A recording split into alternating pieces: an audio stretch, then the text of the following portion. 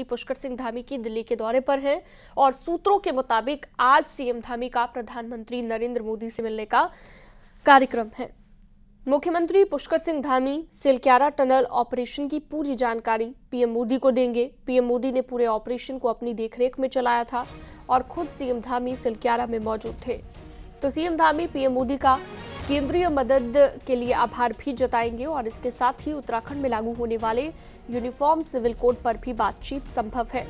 वहीं प्रदेश में लागू होने वाले यूसीसी को लेकर सरकार इस महीने विधानसभा का विशेष सत्र बुला सकती है। चलिए सीधा रुख करते हैं, दिल्ली से पवन गौड़ हमारे साथ लाइव जुड़ चुके हैं।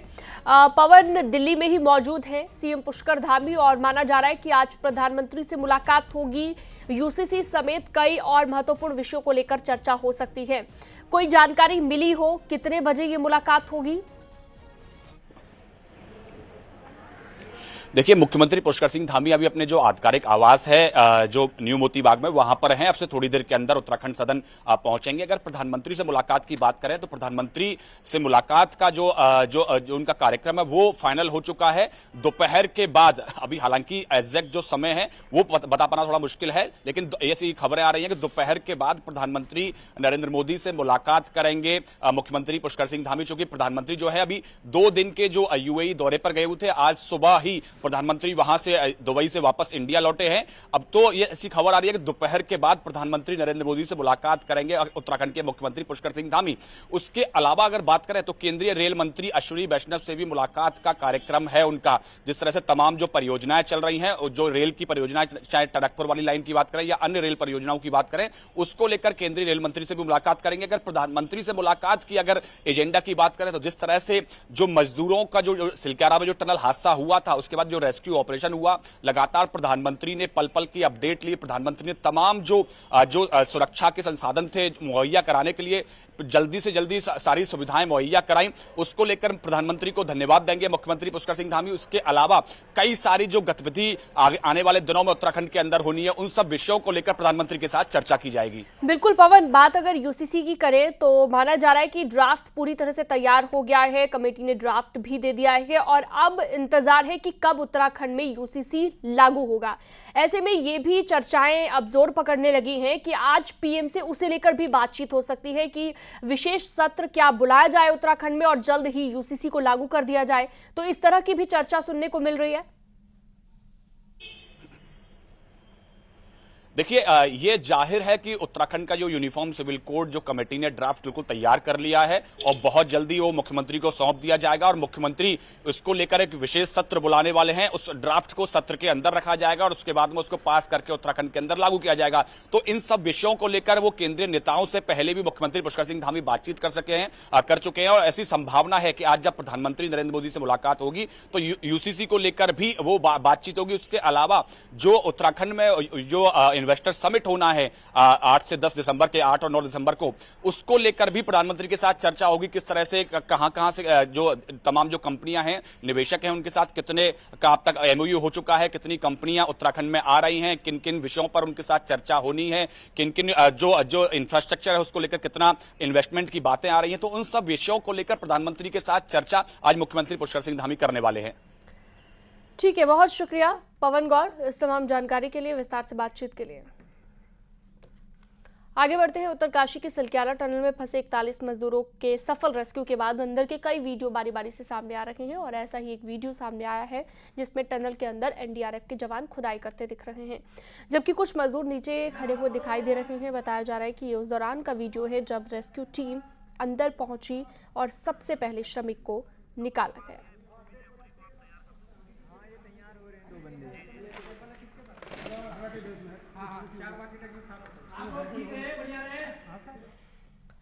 क्या सिलक्यारा टनल पर भी धर्म की सियासत हो सकती है? ये सवाल जुम्मे के दिन कांग्रेस की प्रेस कॉन्फ्रेंस के बाद खड़ा हुआ है। पूर्व सीएम हरीश रावत के मुताबिक जान बचाने वालों में पूरा भारत दिखा, जहां पर देवी देवताओं की बात करने वालों के साथ अल्लाह का नाम लेने वाले भी थे।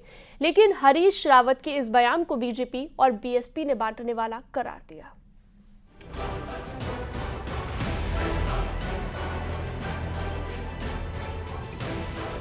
17 दिन तक 8 राज्यों के 41 मजदूर टनल में फंसे रहे। पूरे देश में पूजा पाठ, प्रार्थना और दुआओं का दौर चला। सबसे बड़े रेस्क्यू ऑपरेशन में सिर्फ जान बचाना मकसद था और तब किसी ने किसी का धर्म और जाति नहीं पूछी। लेकिन शुक्रवार को इस पर भी सियासत शुरू हो गई। कांग्रेस के सभी बड़े नेताओं ने प्रेस कॉन्फ्रेंस की, पर अब हंगामा पूर्व सीएम हरीश रावत के बयान पर मचा है। हरीश रावत ने कहा कि जान बचाने के इस अभियान में पूरा भारत दिखा, जहां देवी देवताओं का नाम लेने वालों के साथ साथ अल्लाह का नाम लेने वाले भी रहे। उनमें पूरा हिंदुस्तान था, जिसके लिए भारत जाना जाता वो भारत था। जाति, धर्म, क्षेत्र से ऊपर उठ करके वो माइनर्स हिंदुस्तान का प्रतिनिधित्व कर रहे थे। यदि वो अपनी सफलता के लिए देवी देवताओं को याद कर रहे थे, तो अल्लाह को भी याद करने वाले लोग थे। सिलक्यारा में मजदूरों की जान बचाने का अभियान सफल रहा। बीजेपी इसका जश्न मना रही है तो कांग्रेस कमजोर दलित मुस्लिम पिछड़ों के साथ दिखने का संदेश देना चाहती है। मतलब ये कि जान बचाने के अभियान में ज्यादातर वो मजदूर शामिल थे जिस धर्म, जाति, वर्ग को बीजेपी ने साइडलाइन किया, पर बीजेपी और बीएसपी ने इसे गलत सियासत बताया है।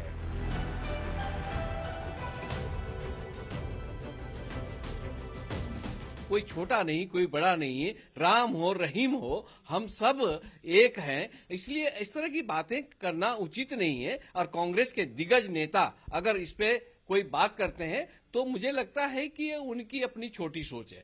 कि दलित और मुस्लिम एक मजदूर लोग हैं, मेहनत कश लोग हैं। मेहनत कश लोग ही मेहनत कर सकते हैं। उसी का नतीजा है मेहनत कशों की तरफ भी सरकार को देखना चाहिए। सिलक्यारा टनल में फंसे 41 मजदूर अपने अपने घर पहुंच चुके हैं, लेकिन सबसे बड़े रेस्क्यू ऑपरेशन में कोई भी पार्टी सियासत का मौका नहीं छोड़ना चाहती। पर देवी देवताओं के साथ अल्लाह का नाम लेने वालों की बात करके कांग्रेस को इसका कितना फायदा देवभूमि और देश में मिलेगा, ये देखने वाली बात होगी। दीपांकर भट्ट, न्यूज़ 18, देहरादून।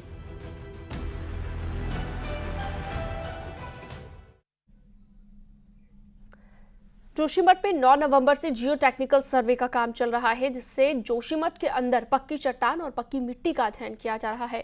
लेकिन चिंता की बात यह है कि जियो टेक्निकल सर्वे के दौरान अभी तक सर्वे करने वाली टीम को जोशीमठ नगर के अंदर 50 से 60 मीटर तक कहीं भी पक्की चट्टान नहीं मिली है, जो कि भविष्य के लिए चिंता की बात हो सकती है। सर्वे करने वाली एजेंसियों का कहना है कि यहाँ पर भारी निर्माण करना बड़े खतरे की ओर इशारा करता है। हालांकि केंद्र सरकार ने जोशीमठ के ट्रीटमेंट पुनर्वास विस्थापन को लेकर 1658 करोड़ का बजट स्वीकृत कर दिया है, लेकिन अब जोशीमठ में इस बजट को खर्च करने के लिए बड़े प्लान बनाने की जरूरत है, ताकि ग्लेशियर के ऊपर बसे हुए इस नगर को सुरक्षित रखा जा सके।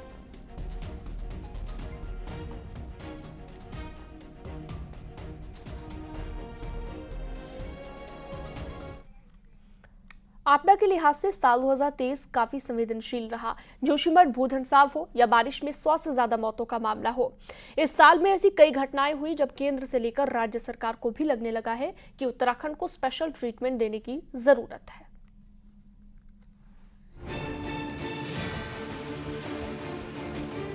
प्रदेश में DMMC यानी कि disaster mitigation and management centre की जरूरत सबसे पहले ND तिवारी सरकार ने समझी और आपदा के लिहाज से संवेदनशील राज्य में सैटेलाइट फोन से लेकर कई उपकरण लगाए गए।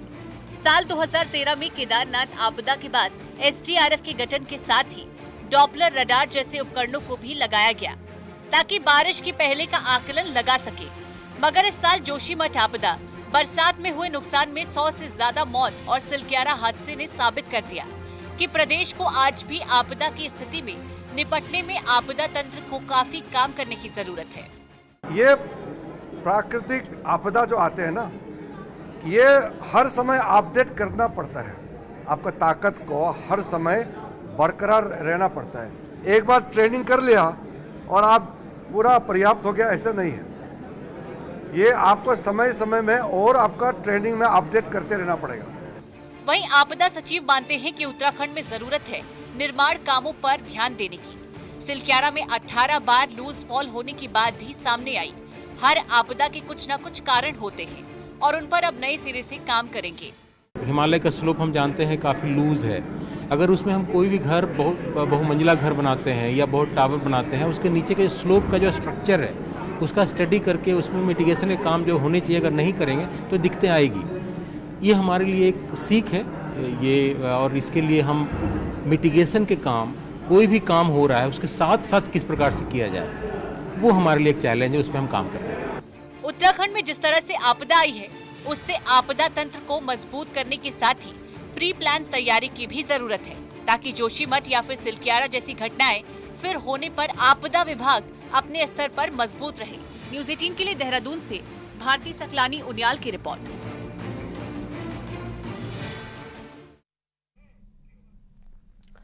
हल्द्वानी से बड़ी खबर है। यहाँ पर ईजा बैनी महोत्सव को लेकर बड़ी जानकारी है। प्रशासन ने कार्यक्रम में खराब खाना सप्लाई करने वाली दुकान पर छापा मारा। खाद्य टीम ने डीपी नानक रेस्टोरेंट से मिठाई और खाने के सैंपल लिए हैं।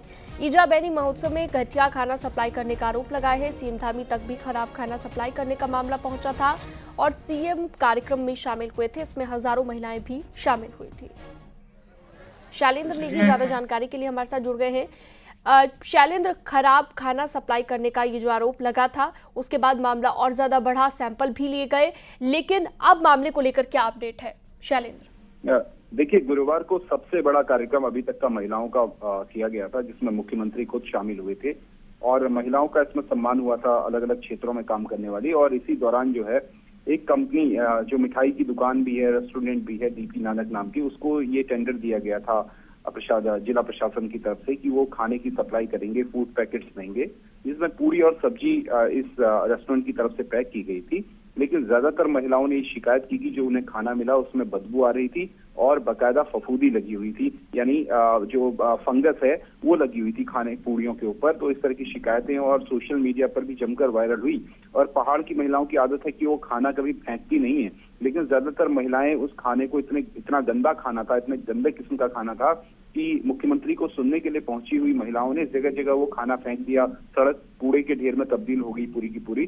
तो इस वजह से इस पूरे के पूरे मामले की शिकायत मुख्यमंत्री के जो करीबी हैं उन्होंने मुख्यमंत्री से भी की कि इस तरह का खाना जिला प्रशासन की तरफ से सप्लाई किया गया था, जिसके बाद जो है जिला प्रशासन ने कार्रवाई की है और फूड जो सेफ्टी डिपार्टमेंट है उसने बाकायदा इस रेस्टोरेंट में छापा मारा और इसके जो मिठाई के सैंपल्स हैं और जो खाने पीने के सैंपल्स हैं इस रेस्टोरेंट के, उनको कलेक्ट किया गया है।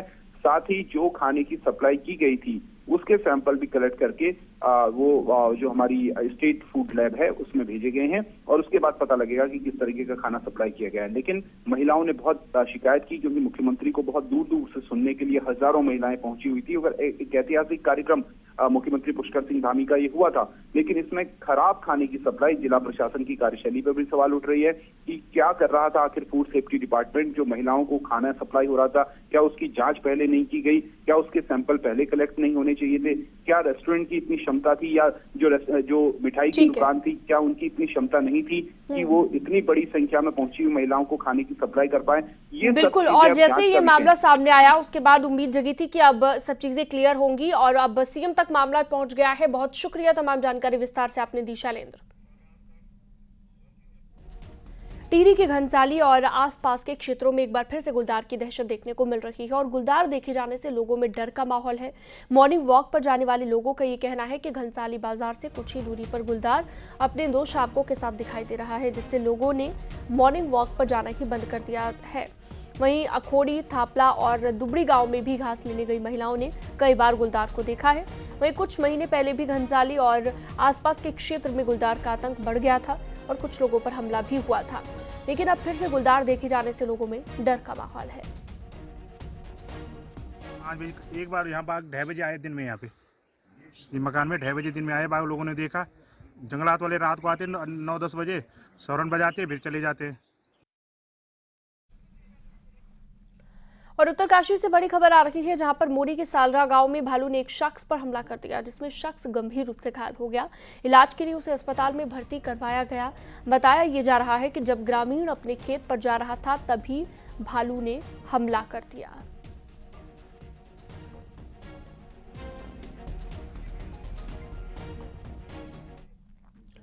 उत्तरकाशी से खबर है, यहां के रिजॉर्ट में एक लड़की की संदिग्ध मौत हुई है, जिसके बाद हंगामा हो गया। परिजनों ने शव उठाने तक से इनकार कर दिया है। अंकिता भंडारी जैसी हत्या करने का आरोप यहां पर लगाया गया है। गांव वालों ने रिजॉर्ट कर्मचारी और रिजॉर्ट मालिक के साथ मारपीट भी की है। उत्तरकाशी में संगम चट्टी के कफलो गांव में ये रिजॉर्ट है और यहां पर लड़की का शव फंदे से लटकता हुआ मिला है। लड़की के पैर जमीन पर लग रहे थे और परिजनों के साथ ही ग्रामीणों ने हत्या के बाद लड़की को लटकाने का आरोप लगाया है। लड़की पिछले 1 साल से रिजॉर्ट पर काम कर रही थी और रिजॉर्ट कर्मचारियों पर ही हत्या का आरोप लगाया है। गांव वालों का कहना है कि लड़की के साथ गलत काम भी किया गया है और अंकिता भंडारी जैसी हत्या की गई है। पुलिस ने फिलहाल रिजॉर्ट कर्मचारी को हिरासत में ले लिया है। लड़की सुसाइड कर नहीं सकती सर, वो बीए पर फर्स्ट ईयर पढ़ रही थी। ये सुसाइड है सर, ये मर्डर है सर। मीडिया साहब ने आपने देखा है उसके जो फीट है जमीन को टच कर रहे हैं। ऐसे कोई किसी डेथ नहीं हो सकती। इन लोगों ने उनको मार के लटकाया, क्या किया है मैं तो सीधे जांच का विषय है सर। स्थिति में लड़की है, अपने दोनों पैर पे खड़ी हुई है, बॉडी थोड़ा पीछे की तरफ टिल्ट है, मतलब पीछे की तरफ थोड़ा झुकी हुई है। अगर वो सीधी खड़ी होती है और भी ज्यादा हाइट उसकी है मतलब ना, तो इस स्थिति में मर नहीं सकता है। ऊपर जो उनकी छत है वो मड वाली है, मतलब वो फाइबर का वो लगा हुआ है। अगर कहीं ना कहीं लड़की अगर चेयर से कूदती भी है तो कहीं ना कहीं झटका छत पे भी आ सकता है। वो कुछ नहीं है, ये सीधा बात अंकिता भंडारी वाला मामला जैसा था सेम उसी तरीके का मामला है। और हम इसमें चाहते हैं कि शासन और प्रशासन निष्पक्ष इस पे जांच करे।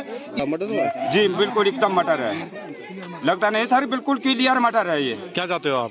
जी बस यही चाहते हैं करके ऐसे दोषियों को बिल्कुल फांसी होनी चाहिए या तो इनको काला पानी होना चाहिए, ताकि आगे से कोई अगर मानववाद हमारी गरीब लड़कियों के साथ ऐसा व्यवहार नहीं। युवती की मृत्यु हुई है, होम स्टे है कफनौर क्षेत्र में, तो वहाँ पर जो है प्रथम दृष्टया लग रहा है कि फांसी लगाने से प्रतीत हो रहा है और उसकी विस्तृत जांच के लिए भी पीएम के लिए हमने संस्तुति कर दी है और डॉक्टरों के पैनल और वीडियोग्राफी के अंतर्गत पीएम कराया जाएगा और जो भी साक्ष्य सामने आएंगे आरोपी के खिलाफ कार्रवाई।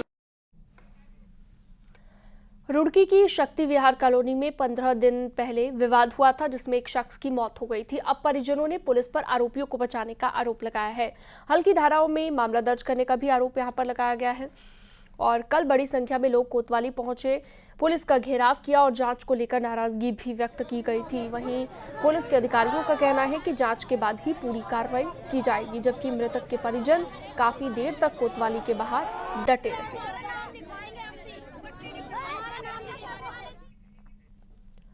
चमोली में नीति घाटी में बीआरओ ने स्टील ब्रिज बनाया है। 1960 के दशक में बनाए गए पुराने ब्रिजों की जगह अब पक्के स्टील ब्रिज बनाए जा रहे हैं और इन ब्रिज की लंबाई कई जगहों पर 80 मीटर, 90 मीटर, 102 मीटर और 104 मीटर तक रखी गई है।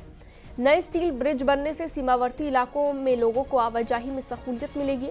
वहीं भविष्य में पर्यटन के साथ ही स्थानीय लोगों को भी इन ब्रिजों के बनने से काफी सुविधा मिलेगी।